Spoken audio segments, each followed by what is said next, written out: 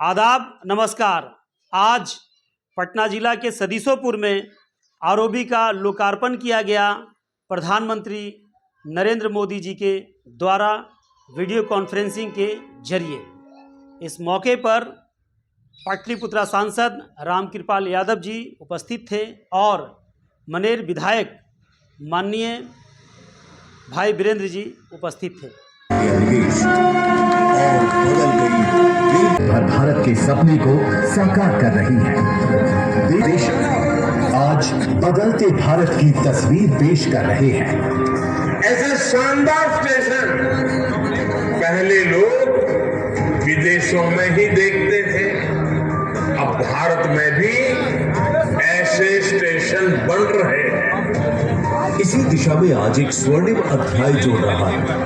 41,000 करोड़ रुपए की 2,000 से अधिक रेल परियोजनाओं की देशवासियों को दी जा रही है सौगात, जिसमें शामिल है 554 स्टेशनों का कायाकल्प और 1500 से अधिक रोड ओवरब्रिज और अंडरपास का निर्माण। आज प्रधानमंत्री नरेंद्र मोदी जी लोकार्पित कर रहे हैं अत्याधुनिक सुविधाओं से युक्त पुनर्विकसित गोमती नगर रेलवे स्टेशन और कर रहे हैं वर्चुअल शिलान्यास देश भर में 553 रेलवे स्टेशनों के पुनर्विकास का। ये अमृत स्टेशन बनेंगे सिटी सेंटर, जो हमारी महान संस्कृति, लोक विरासत और स्थानीय वास्तुकला को दर्शाएंगे। स्टेशन पर अच्छी प्रोग्रेस है, काम तेजी से चल रहा है। आज 554 से कई स्टेशन इनॉग्रेशन के लिए तैयार होंगे। 554 स्टेशनों का आज एक जगह से माननीय प्रधानमंत्री का उद्घाटन होगा। इस कार्यक्रम के अध्यक्ष जी, इस कार्यक्रम में सम्मिलित इस क्षेत्र के सांसद हमारे बड़े भाई तुल्य माननीय सांसद आदरणीय रामकृपाल यादव जी। लेकिन जो भी लोग अनाउंसर हो, पहले ये जानकारी ले ले कौन कौन व्यक्ति आए हैं, किसको कैसे संबोधन करना है। कभी वीरेंद्र भाई कह रहे हैं, कभी विधायक बोल रहे हैं। माननीय इस धरती पर कौन कौन है, ये जानकारी पहले प्राप्त करना चाहिए। और माननीय विधायक, माननीय सांसद, माननीय न्यायाधीश, महामहिम राज्यपाल, महामहिम राष्ट्रपति, इसके अलावा आपके रेलवे के चाहे जितना बड़ा पदाधिकारी हो, उनको माननीय नहीं कहा जा सकता, उनको पदाधिकारी कहा जाता है। इसलिए हम सब लोग जनप्रतिनिधि हैं। जनप्रतिनिधि का दायरा बनाया हुआ है, कौन क्या है और कैसे संबोधन किया जाए। अगर उनसे गलती हुई तो मैं माफ भी करता हूं और सलाह भी देता हूं कि आगे आइंदा इस तरह की गलती किसी के साथ नहीं होना चाहिए, क्योंकि माननीय विधायक, माननीय सांसद बोला जाता है और केवल वीरेंद्र भाई बोल दीजिएगा, मेरा नाम है भाई वीरेंद्र, कह दीजिएगा वीरेंद्र भाई, तो हम आपके ये नहीं न है, साथी मित्र नहीं न है, आप अनाउंसर हैं और अनाउंसर को अनाउंसर की तरह बात करनी चाहिए। और आप नारा लगा रहे हैं माननीय सांसद जिंदाबाद, आप भाई वीरेंद्र उठे तो आप जिंदाबाद नहीं किए, तो आपको लगता है कि आप कहीं न कहीं एक दल से आप ओत प्रोत हैं, इसलिए आपने ऐसा काम किया है। मैं इसका कड़ा विरोध करता हूं, क्योंकि सबका सम्मान होना चाहिए। मैं ये नहीं कहता उनका लगा तो खराब है, लेकिन सबका लगना चाहिए ना नारा। तो इसका मतलब कि आप उनकी सरकार है तो उनका जिंदाबाद कर रहे हैं, कल मेरी सरकार है तो मेरा जिंदाबाद कीजिए, ये गलत बात है। जिंदाबाद सबका होना चाहिए और नहीं तो सबका समान रूप से तरीके से होना चाहिए। और फिर जब अनाउंस करने आवे, फिर जनता से आप माफी मांगे कि गलती हो गई है, तब मेरा माफी होगा। इन्हीं चंद शब्दों के साथ आप सबों को प्रणाम, सलाम, आदाब करते हुए अपनी बात समाप्त करते। मैं राष्ट्र को समर्पित कर रहे हैं आदरणीय प्रधानमंत्री जी। 554 रेलवे स्टेशन और 1500 रेल ओवरब्रिज, जैसा कि आपने ये देखा, और अंडरपास, और कुल मिलाकर के मैं ये कहूँ कि हजारों करोड़ रुपए की राशि से चौमुखी विकास हो रेलवे के माध्यम से देश के विभिन्न भागों में आज जनता को समर्पित करने का काम किया। राष्ट्र के निर्माण के लिए, राष्ट्र को समर्पण करने के लिए संकल्पित माननीय प्रधानमंत्री संकल्प लिया है आगामी 2047 तक विकसित राष्ट्र बनाने के लिए। बिहार आजादी के बाद से ही पिछड़ा रहा है, गरीब रहा है और लगातार बिहार की उपेक्षा होती रही है। और मैं समझता हूं किसी कड़ी में हमारा पटना भी है। कई ऐसे जरूरतों की चीज थी जो बहुत पहले हो जाना चाहिए था,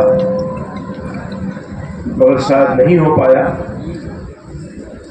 आज ये सौभाग्य प्राप्त हुआ है कि पिछले 10 साल में जो प्रधानमंत्री जी का कार्यकाल है, मोदी जी का, जो ने राष्ट्र के सभी राज्यों का विकास के लिए प्रयास किया है, उनके जीवन को सहज करने के लिए आधारभूत संरचना या गरीब कल्याण योजना के माध्यम से गरीबों के उत्थान और कल्याण के लिए जो उनकी बेसिक समस्या है उसको निजात दिलाने के लिए हर संभव प्रयास किया है। आज के कार्यक्रम के बारे में आप यहाँ पे आरओबी के उद्घाटन में आए। चूंकि ये सरकारी कार्यक्रम था रेल मंत्रालय द्वारा और आरओबी का यहाँ उद्घाटन कार्यक्रम में सम्मिलित हुए हैं, क्योंकि यहाँ के हम विधायक हैं तो हमें भी आमंत्रित किया गया था।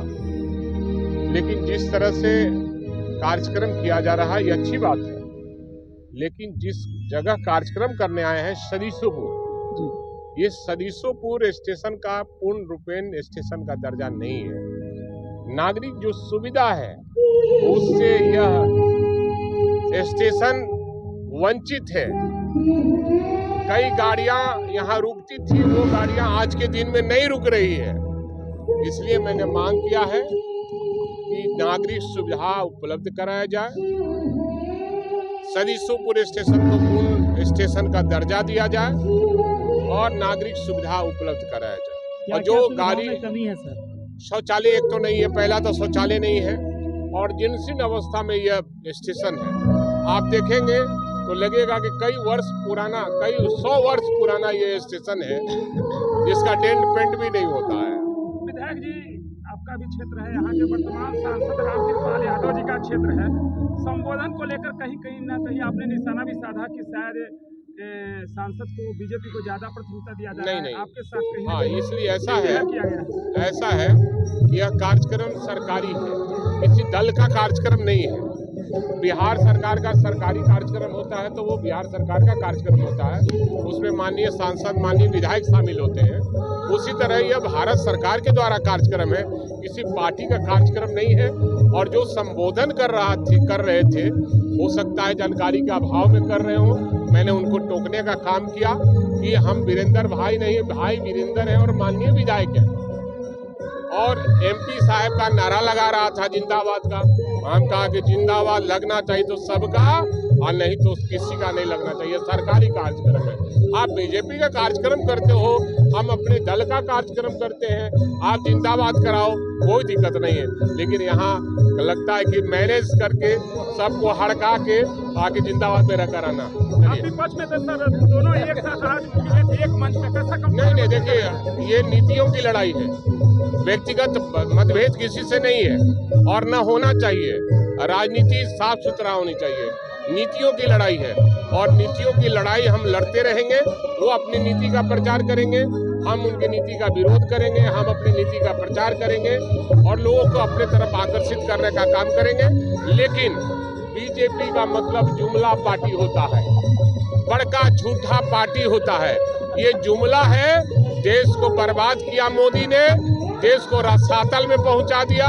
और ये बखान कर रहे थे तो हमको गुस्सा आ रहा था कि मैं कुछ बोलूं, फिर सोचा कि नहीं प्रोटोकॉल है, मैंने बोला तो वो कुछ नहीं बोले, तो वो कुछ बोले तो मैं कैसे बोलूं। आपको ऐसा कहीं महसूस हो रहा था क्या कि ये सरकारी कार्यक्रम को बीजेपी का कार्यक्रम? हाँ भाई, बीजेपी फलना मंडल के अध्यक्ष, फलना अध्यक्ष, फलना बीजेपी अध्यक्ष, ये सब नहीं होना चाहिए। ये माननीयों का कार्यक्रम है, सबको आपने बुलाया, अच्छी बात है, लेकिन इसको बीजेपी का कार्यक्रम साबित नहीं करना चाहिए। चलिए, बहुत बहुत धन्यवाद।